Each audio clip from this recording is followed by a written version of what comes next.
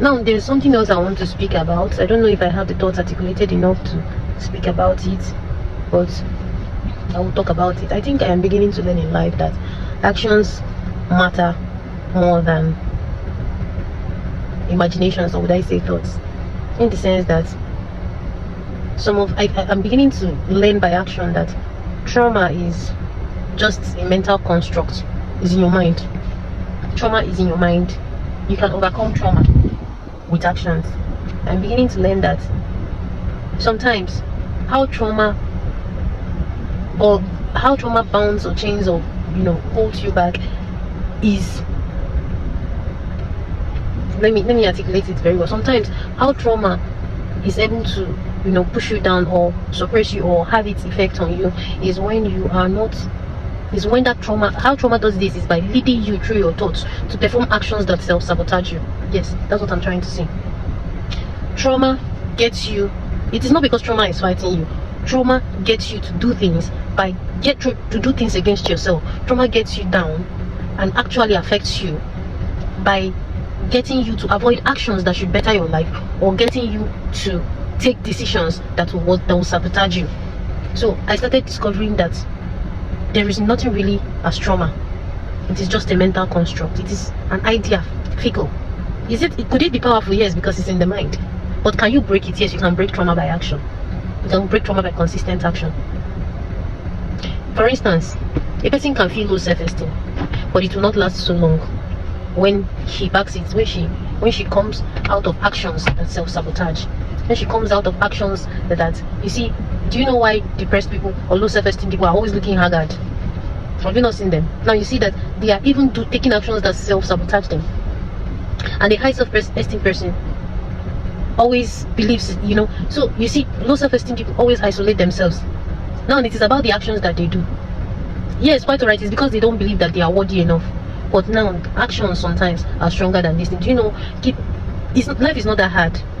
You see free guys, those ones that are always beating people, it's not so hard for them. They started from childhood, they're still doing it. Very humble human beings. They're just beating everybody. They don't care if you look down on them or if you think this or that or that. But that action endears them to people.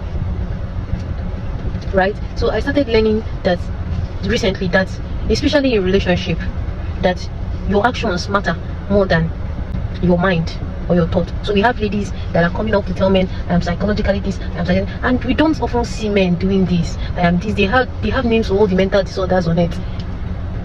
Right? They have names for all the mental disorders on it. Meanwhile, they could just keep trying their best in relationship. They don't have to mention things or say that they are things, because everybody has their own thing. You don't know what the guy has, but guys are still pushing through. They have dropped not all the fucking traumas behind, and they are like, you know what, life has to be survived, and they've left it. They've even forgotten that they have any trauma. Action is not what they are geared towards, and women are still screaming trauma. The mental construct as what is holding them back. Just do the action. When you get into a relationship, rather than having this thing that this one abandoned me, this 15 abandoned me, focus on yourself. Do what you should naturally do. Make yourself look good. Close your mouth. Keep building yourself. Keep giving to yourself. Fuck all those insecurities. You might have it, you don't have to mention them. Keep working. And later you will see that actions can shatter imaginations. Because when the result of consistent action begins to show, it will shatter any fucking insecurity. Actions, the consistency of action is like raindrops that can carve a way through a rock.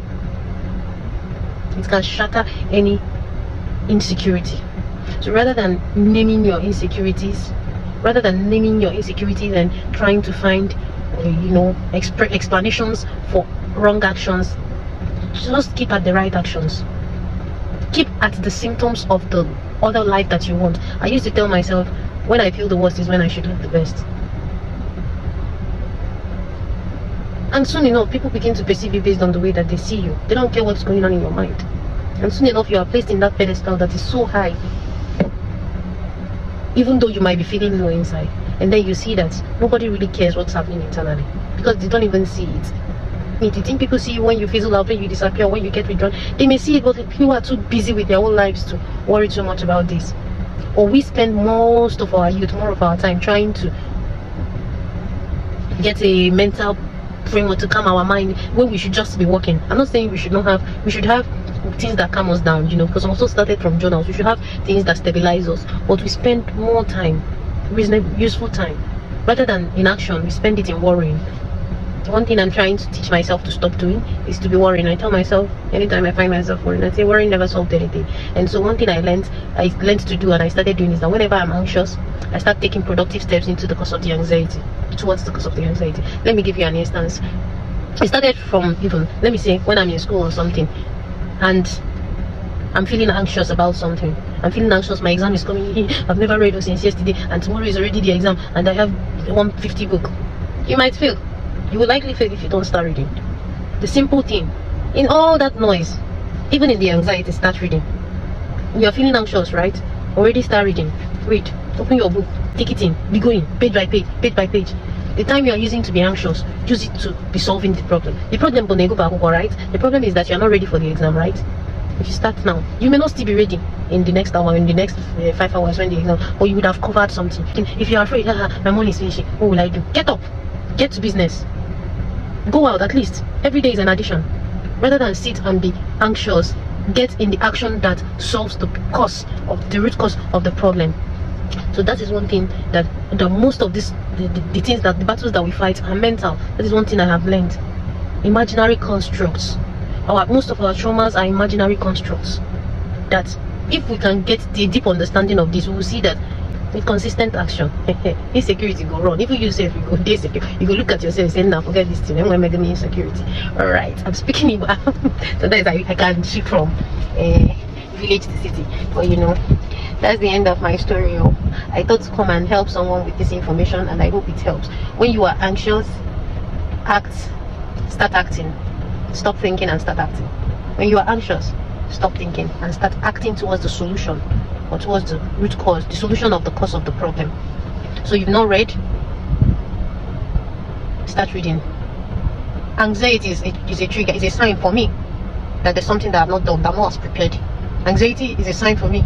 Something is coming up. Once I feel anxious, I'm beginning to feel that. It's a sign for me. I don't start trying to calm myself down. I don't start trying to give myself motivational speech. I'll be like, okay, there's something missing, there's something wrong, there's something I'm not fixing. There's something, okay. I'm supposed to, now I get into the written, I'm supposed to start doing it. And I hope that this helps someone. This is one of the days of my challenge. Me just speaking naturally the way it is in my mind. And I hope it blesses someone. Because traumas is what someone told you 50 years ago, 20 years ago, that they don't even remember that they told you. They don't even remember that they did to you. And you allowed that to construct the narrative of your life, of yourself. To tell you, you allowed that to be the definition of who you are. People make mistakes. That they didn't mean it was. Some people test borders, and when they see that, oh, there's a vulnerable species, they need to strengthen themselves, their insecurities. And you allow the words or the actions of a sick person dictate your future, tell you who you are, what you can do or what you cannot. No. Get up from that seat of what the things you've told yourself that you are. It is not true. I know that it is a lie. I know that some things have, happened over the years to consolidate it, and your brain has been picking. It is because your brain sees through the lens of that. So any small thing to say, okay, I said it, I was going to be disrespected, it sees it as disrespect. So your brain picks facts to support it. Your brain, out of fear, propels you to do things that get this thing. But it has been a lie all the while. You are not what that person 50 years ago said you are. You are not what that person 20 years ago, 10 years ago. The fact that they told you to shut up don't mean that your voice don't matter and that you cannot talk. The fact that you were scolded, the fact that you were laughed at, you are not their laughters. I know the imagery. You are not a shame. Those childhood events that brought you out wrongly to the light, you are not those events. You are not, and time has passed. You have grown to become a different person. Stop letting the things that happened to you, that could happen to that version of you, control the new version that you have developed over years to become. I need to go and do some stuff that I want to do, but I hope